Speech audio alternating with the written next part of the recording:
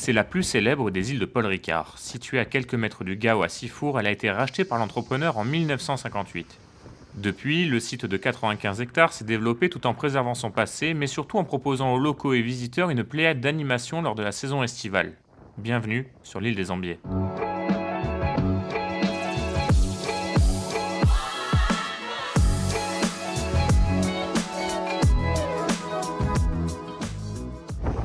Pour se rendre sur l'archipel, 21 allers-retours sont proposés chaque jour au départ du port du Brusque. Et après moins d'un quart d'heure de traversée, place à l'accostage.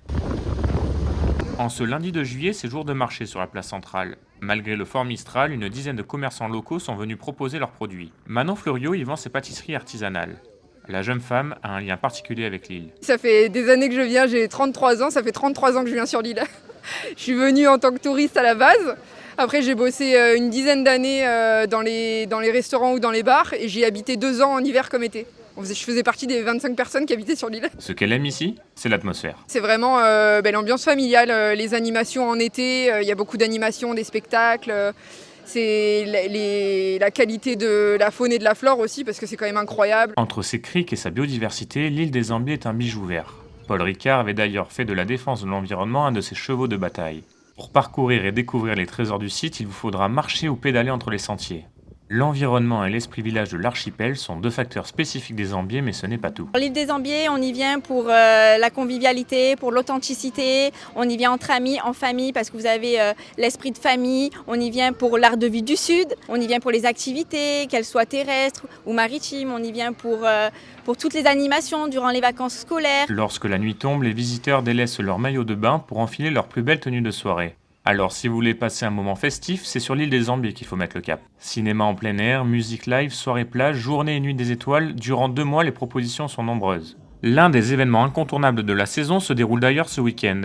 À l'occasion des Pacific Days, la culture polynésienne est mise à l'honneur avec de nombreuses activités et initiations. Le week-end suivant, place à un autre thème. La Camargue aux Ambiers, avec les juments, les poulains en liberté sur l'île, des chevaux camarguais montés, enfin voilà, un groupe gypsy le samedi soir sur la place. En charge des animations depuis 8 ans, Marco Bravin annonce également la venue d'une jeune chanteuse pour cet été. Laisse-moi vivre comme je veux, les pieds dans l'eau et la tête en feu. On va accueillir Luiza, une jeune franco-brésilienne. C'est l'année du Brésil en France 2025. Donc on a programmé Luiza qui viendra le samedi 9 août. Autant de soirées qui permettent aux restaurateurs d'agrandir leur terrasse la nuit tombée. En général, on fait à peu près du 200-250 couverts par service en été. Ce genre d'événement peut facilement ramener, par exemple pour les Pacifiques ou les Havana, une centaine de personnes de plus et on peut monter à 350 personnes sur terrasse en direct. Mais avant d'accueillir les visiteurs du soir, il est l'heure pour les leftos de quitter l'île et de laisser place à d'autres chanceux qui prendront peut-être l'un des derniers bateaux pour profiter jusqu'au bout du charme et des animations des Ambiers.